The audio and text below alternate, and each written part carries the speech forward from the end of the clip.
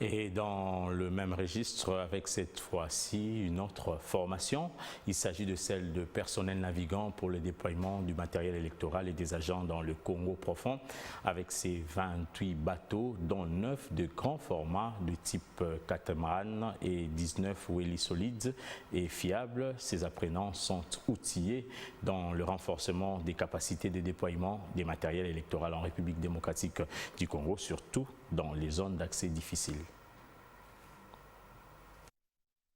Le déploiement du matériel électoral dans les zones d'accès difficiles en République démocratique du Congo pourra s'appuyer sur le personnel navigant en formation depuis ce mercredi. Lancé par le président de la Commission électorale nationale indépendante, cette séance de remise à niveau permettra de faciliter et améliorer le convoi du matériel électoral et des agents en prévision du 20 décembre prochain.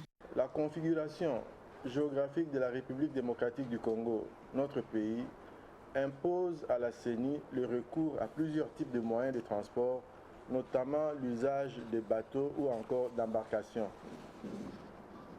Dans certains cas, il n'est pas possible de joindre les différents villages ou bourgades que par des fleuves, des rivières ou encore des cours d'eau. Et cela est le cas de plusieurs de nos provinces. 28 bateaux au total sont mis à contribution pour rendre efficace cette opération logistique face à la RDC, pays continent. Le président de la Commission électorale nationale indépendante en a profité pour inviter les usagers à une gestion rationnelle. Je vous invite, tous les participants, à vous appliquer en vue d'acquérir toutes les instructions prévues dans le programme de cette formation.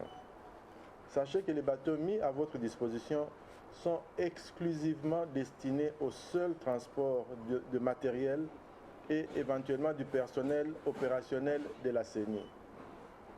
Tout usage de ces bateaux à des fins lucratives ou commerciales est prohibé. Le train des élections étant en marche, plus rien ne peut arrêter l'élan amorcé par la Commission électorale nationale indépendante.